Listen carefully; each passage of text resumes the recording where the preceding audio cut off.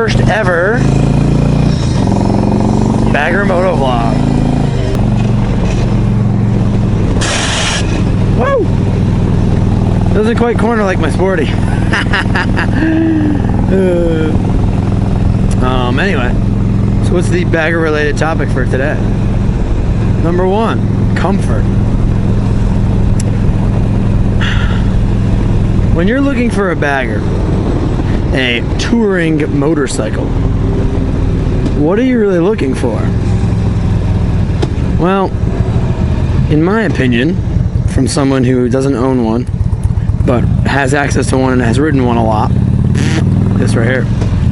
For one, I'm looking for comfort,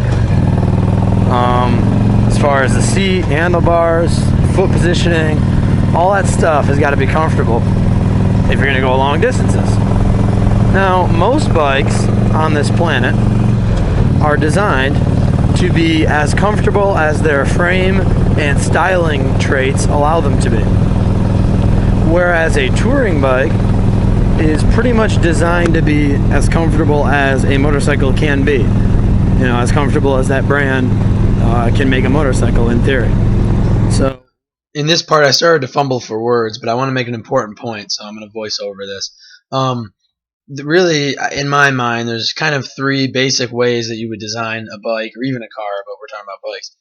If you're designing a touring bike, in theory, you're going to design it for comfort to be the number one most important thing on the bike, and then any styling that you can add to make it look good, great. But if it doesn't look quite as good as maybe it could, but yet there's more comfort because of it, then it's worth that sacrifice. And then for like a normal cruiser, like my Sportster, let's say a Dyna, or some comparable Victory or whatever, then you're going to have some compromise between styling and comfort so that you can still ride the bike far, but it looks cool too. And then that compromise is changed again when you're looking at something like a sport bike, where it's designed almost fully for function. It has almost no design for comfort as far as like being made to be comfortable, and because the bike's made to function a certain way. whole following of people who modify baggers to look very sleek, I guess you could say, very curvy and flowing and all that kind of stuff, whereas I don't know, your traditional bagger's not, I guess. Although the Victory Vision has a pretty good style from that aspect of sleekness and all the pieces connecting to each other. But regardless, there's been a whole bagger movement, and there's whole bike companies that are built off of just making baggers alone. So, or customizing baggers alone. So, with that being said, there's a certain amount of revitalized energy, let's put it that way, for touring motorcycles. And because of that,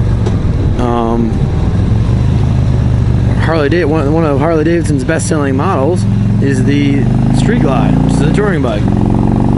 Not much unlike this electric glide that I'm on. But I think what people are looking for in a touring bike today is comfort, and which they were looking for 10 years ago, like in this bike, this 04, comfort as well. But now people are much more concerned in their touring bikes about power and handling, which I think they always were, but I think that people didn't care as much, possibly. The Victories back 10 years ago were slower. The Harleys were slower. The Indians were slower than they are now. I forget what engine they used back then. I don't know. The Indian's been in and out of production so much, I don't even remember, to be honest with you. And then as for the Goldwing, they were smaller engines as well. But they're still pretty powerful. They were pretty powerful back then for sure. So if you're going for kind of I don't want to say sport touring because there's a whole class of bikes for that, but a sportier touring bike, the Goldwing was always, and to say kind of still is, your best option, I guess, just as far as power goes, but they do have the most power. But handling perspective, I've never ridden a Goldwing, but from what I hear, the Harleys, the Victories, and I would assume the Indians handle better than the Goldwings do. How true is that? Well, I can't really tell you for sure, but that's what I've heard. their handling characteristics are just better. You know, that's one thing Harley has done on their touring bikes. They've made them handle pretty well. So. And the big thing with touring bikes is not only are you looking for comfort with one person, you're really looking for comfort with two people generally. And as far as I'm concerned, riding with two people on a motorcycle kind of sucks.